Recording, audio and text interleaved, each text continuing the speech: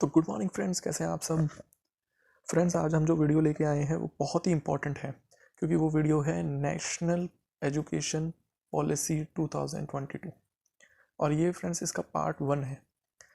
जो ये हमारी नेशनल एजुकेशन पॉलिसी 2020 की वीडियो है, ये हर टीचिंग एग्ज़ाम के लिए रेलेवेंट है और हर टीचिंग एग्ज़ाम में इससे रिलेटेड क्वेश्चंस पूछे जा रहे हैं।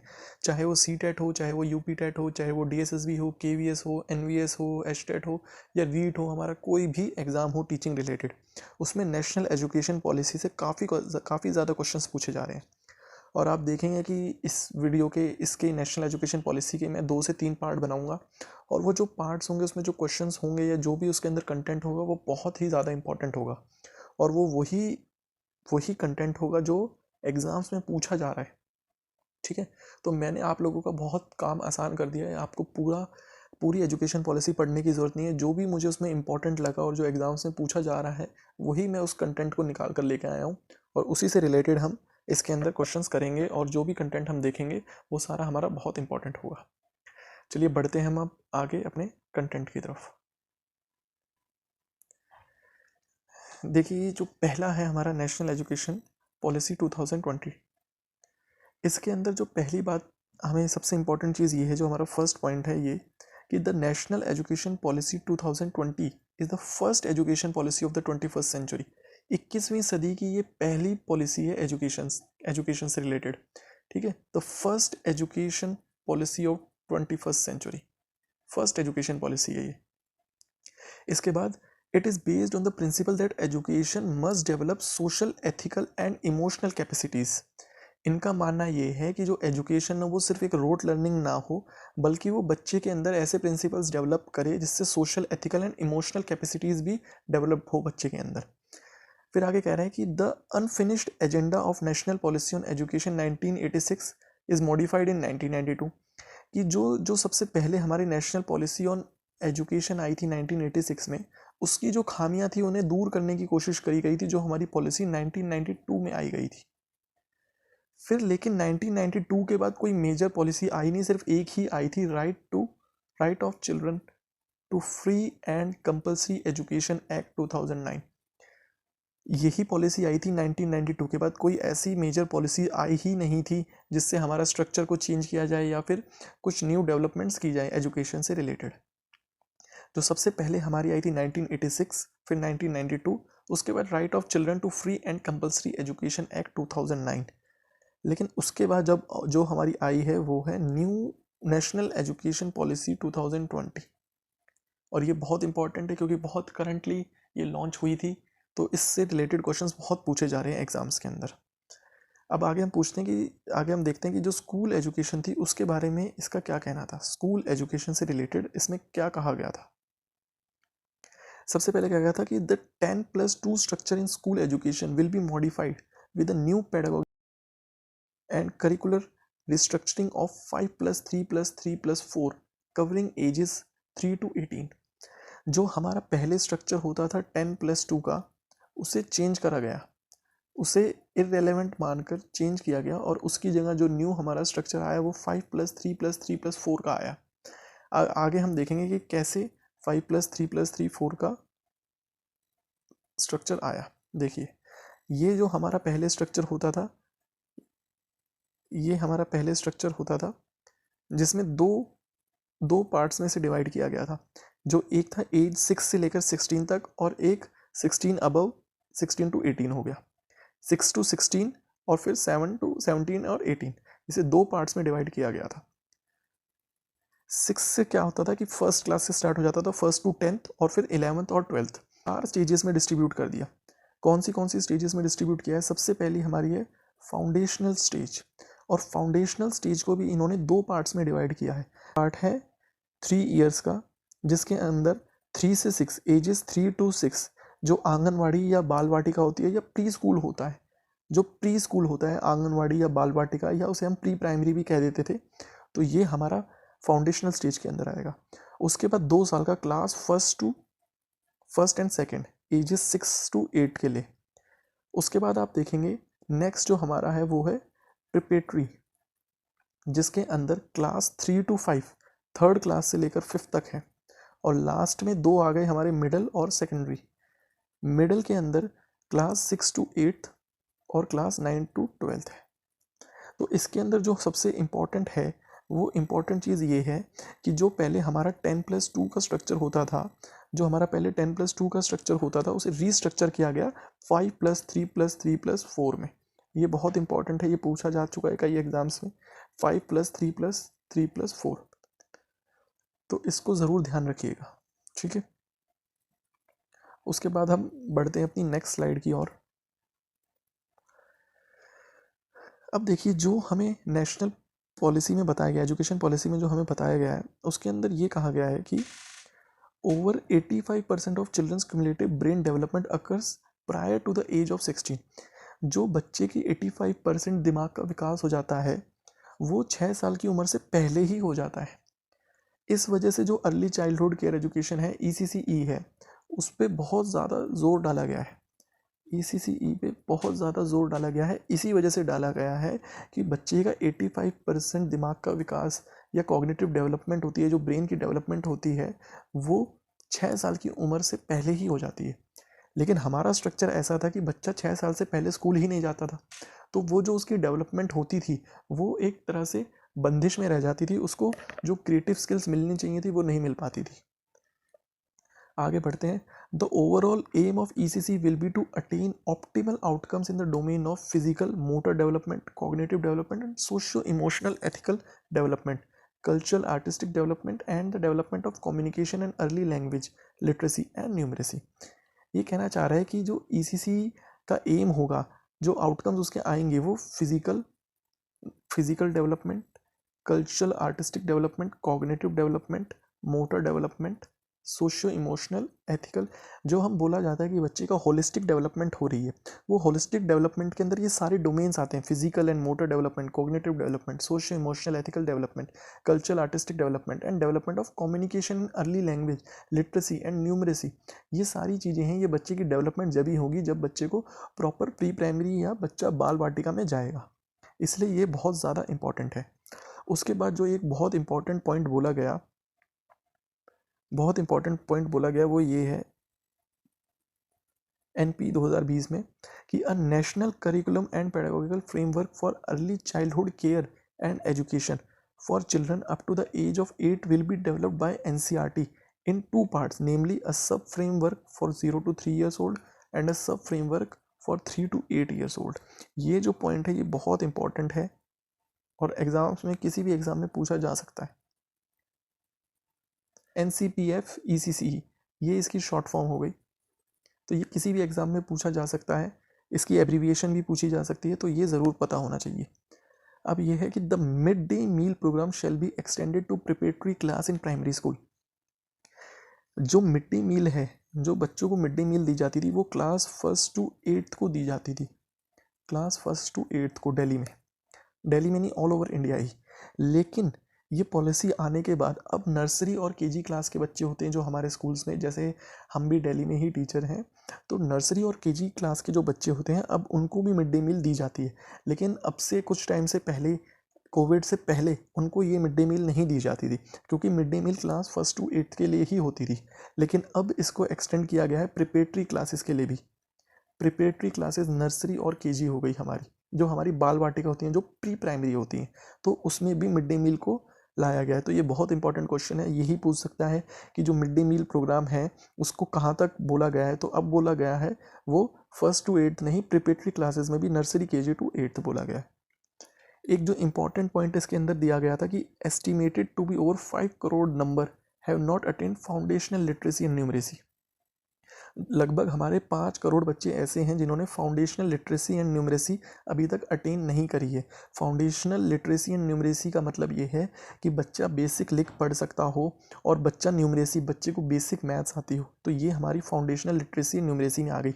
बेसिक मैथ्स का मतलब ये है बच्चा एडिशन, सब्ट्रैक्शन ये सब कर पाता हो, जो बेसिक हमारे मैथमेटिकल ऑपरेशंस होते हैं। इसके बाद बोला गया including that every student will attain foundational literacy and numeracy by grade 3।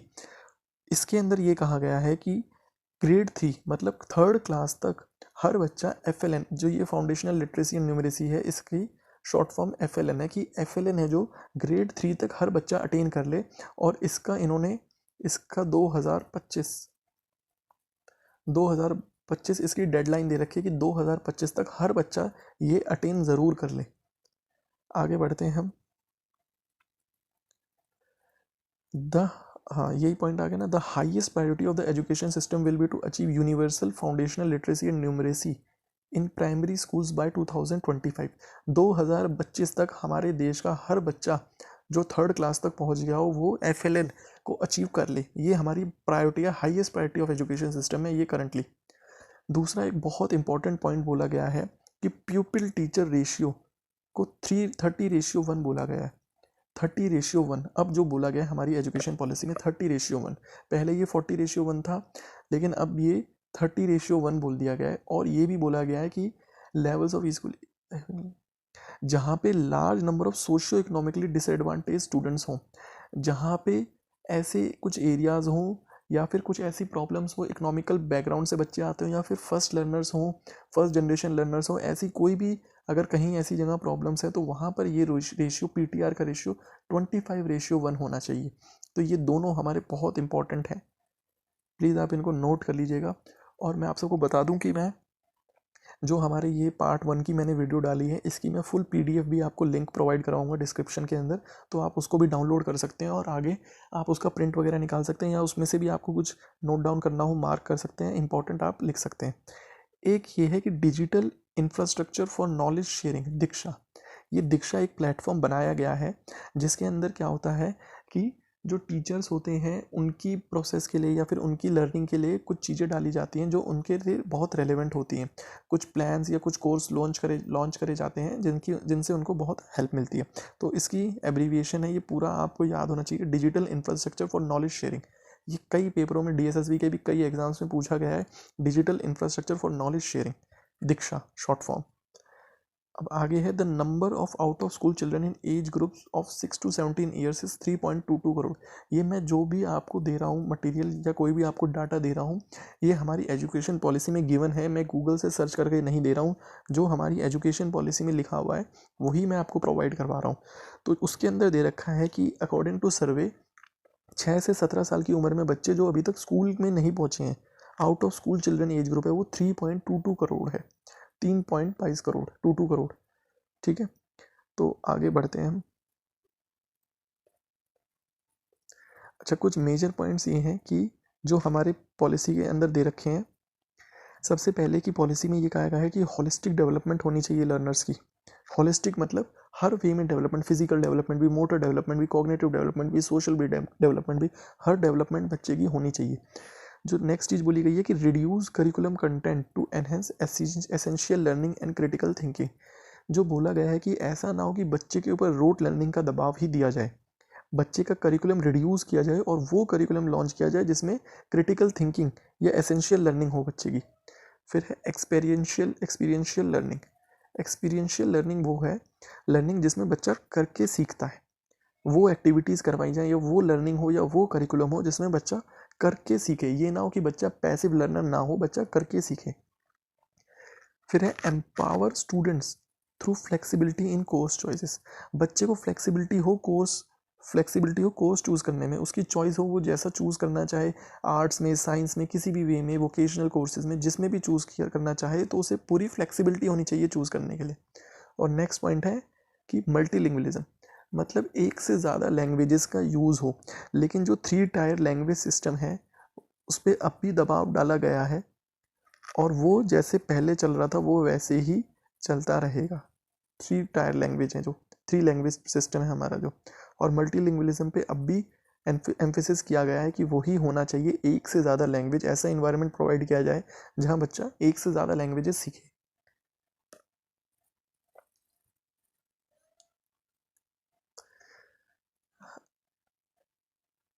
Three language formula will continue to be implemented. अब ये कुछ और मेजर पॉइंट्स हैं, ये पॉइंट्स आपको याद करने की ज़रूरत नहीं है, ये सिर्फ आपकी अंडरस्टैंडिंग के लिए। कुछ the fundamental principles that will guide both the education system at large as well as individual institutions within it are. सबसे पहले कहा गया है कि रिकॉग्नाइज, सबसे पहले कहा गया है कि recognising identifying identifying and fostering the unique capabilities of each students. तो टीचर्स पेरेंट्स को ये काम है कि उन्हें रिकग्नाइज करनी है, आइडेंटिफाई करनी है और उनको नरिश करना है unique capabilities of each student. हर बच्चे में कुछ ना कुछ यूनिक एबिलिटी होती है, तो टीचर्स को पेरेंट्स को मिलकर वो फाइंड आउट करनी है और उसे प्रमोट करना है। इसी से बच्चे की होलिस्टिक डेवलपमेंट हो पाएगी in both academic and non academic spheres. यही बात दोबारा रिपीट हुई है कि achieving FLN by all students by grade 3, third class तक हर बच्चा FLN foundational literacy and numeracy achieve कर ले। फ्लेक्सिबिलिटी होनी चाहिए so that learners have ability to choose their learning trajectories and programs and thereby choose their own paths in life according to their talents and interest। बच्चा अपने talent और interest के according जैसे भी चूज करना चाहे वो कर सके। No hard separations between arts and sciences, between curricular and extracurricular। ये आप सबको याद करने की जरूरत नहीं है, ये सिर्फ आपकी अंडरस्टैंडिंग के लिए है। आगे चलते हैं। होलिस्टिक एजुकेशन होनी चाहिए जिसके अंदर स्पोर्ट्स भी हो, multidisciplinary words in order to ensure unity and integrity of all knowledge, sciences, social sciences, हर चीज़ होनी चाहिए। एम्फेसिस ऑन कंसेप्चुअल अंडरस्टैंडिंग हो, रोट लर्निंग ना हो, कंसेप्चुअल अंडरस्टैंडिंग हो।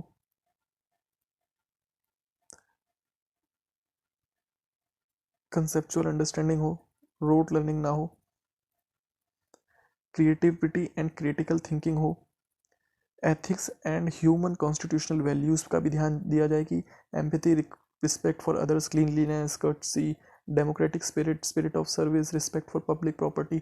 बच्चे के अंदर एथिकल मोरल वैल्यूज़ भी आनी चाहिए। Promoting multilingualism and power of language in teaching and learning. Life skills such as communication, cooperation, team work and resilience. बच्चा कम्युनिकेट कर पाए, अच्छे से कोऑपरेट कर पाए, टीम वर्क में काम कर पाए, ये सारी लाइफ स्किल्स हो गई, तो ये भी बच्चे के अंदर होनी चाहिए। Focus on regular formative assessment for learning. बच्चे की जो असेसमेंट होती है वो फॉर्मेटिव पे ज़्यादा ध्यान दिया गया है, जोर दिया गया है, ना कि समेटिव पे। फॉर्मेटिव में ये होता है कि साथ के साथ बच्चे की असेसमेंट करी जाती है, और समेटिव में क्या होता है कि एंड में असेसमेंट करी जाती है। तो ये बोला गया है कि फॉर्मेटिव असेसमेंट पे ज़्यादा जोर दिया जाए, एम्फेसिस किया जाए। Extensive use of technology, technology का यूज़ ज़्यादा से ज़्यादा हो टीचिंग लर्निंग में।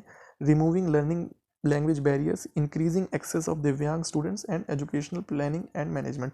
ज़्यादा से ज़्यादा टेक्नोलॉजी का यूज़ किया जाए। उसके बाद respect for diversity and respect for local context in all curriculum, pedagogy and policy, always keeping in mind that education is a concurrent subject। तो जो डाइवर्सिटी होती है उस पर ज़्यादा से ज़्यादा फोकस किया गया है कि respect for local context, full equity in inclusion. तो ये सब आप देख लीजिएगा, ये बहुत ही सिंपल है और ये ऐसा नहीं है कि एग्ज़ाम्स में आएगा, लेकिन ये है कि ये आपकी सिर्फ अंडरस्टैंडिंग के लिए दे रखा है, ठीक है। तो मुझे इसमें से कुछ ऐसा नहीं लग रहा है कि जो मैं बाकी समझाऊँ आपको।